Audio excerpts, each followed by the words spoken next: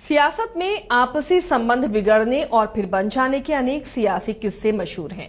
बिहार में जेडीयू को number 1 party से नंबर 3 का पार्टी बना देने वाले चिराग पासवान नीतीश कुमार को काफी कुछ कहते रहे हैं, लेकिन अब उनके सुर बदल गए हैं और नीतीश के साथ कदम ताल मिलाते नजर आ रहे हैं।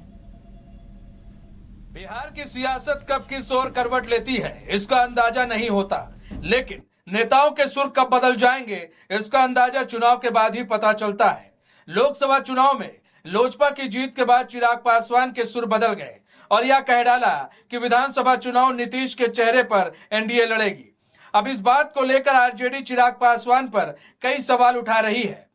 लोकसभा में 100% देने वाले चिराग पासवान को नीतीश कुमार की तरफ से भी बड़ा तोहफा मिला है। जहां एक तरफ कभी नीतीश और चिराग पासवान में तलखियां देखी जाती थी, वहीं अब चिराग पासवान कई बार नीतीश कुमार से मिल चुके हैं और उनकी तारीफ भी कर चुके हैं, जिसका नतीजा यह हुआ कि आरएलजेपी संरक्षक पशुपति पारस का दफ्तर उनसे वापस लेकर एलजेपीआर चीफ चिराग पासवान को दे दिया गया। यानी राष्ट्रीय लोजपा का दफ्तर अब चिराग पासवान को मिल गया है। पशुपति पारस इसमें पार्टी का दफ्तर भी चलाते थे और रहते भी थे। स्वर्गीय रामविलास पासवान भी इसी दफ्तर से पार्टी चलाते थे।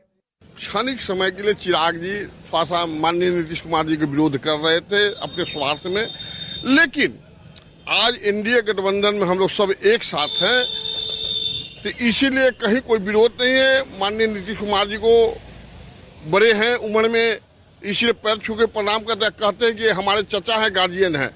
लेकिन कभी कभी आदमी स्वार्थ में भटक जाता है, तो उस समय चिराग पासवान भटक गए थे और माननीय नीतीश कुमार जी को जेडीयू को विरोध कर रहे थे। लेकिन आज वैसी बात नहीं है। चुनाव में हर लोग भटकते हैं, फिर एक जगह आते हैं। देखिए, दिन का भटका हुआ रात में यदि घर आए तो उसको भटका हुआ नहीं कहते। इसलिए चिराग पासवान जी अच्छे नेता हैं, वो माननीय नीतीश कुमार जी के बताए हुए रास्ते पर चलने वाले हैं। लोकसभा चुनाव के 40 सीट में 30 सीट तो एनडीए के खाते में आए, मगर विधानसभा चुनाव के 234 सीटों में कितना जीत पाती है एनडीए, ये तो समय तय करेगा।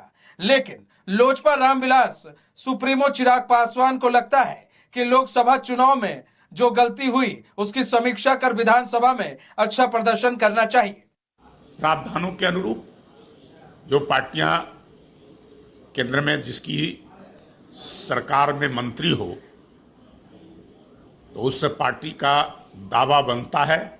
इसलिए सरकार ने उन प्रावधानों के अनुरूप फैसले लिए।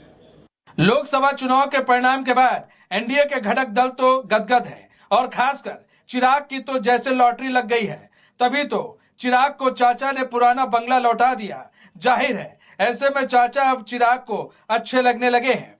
कहते हैं राजनीति संभावनाओं का खेल है और राजनीति में सह और मात चलता रहता है।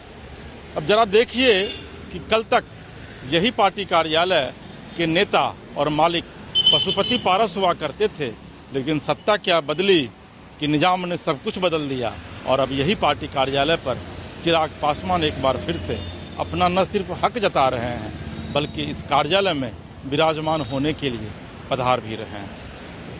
आखिर इसे क्या माना जाए। पटना से कैमरा पर्सन शशि और अपने सहयोगी विवेक के साथ इसके राजीव, न्यूज़ 22 इसको।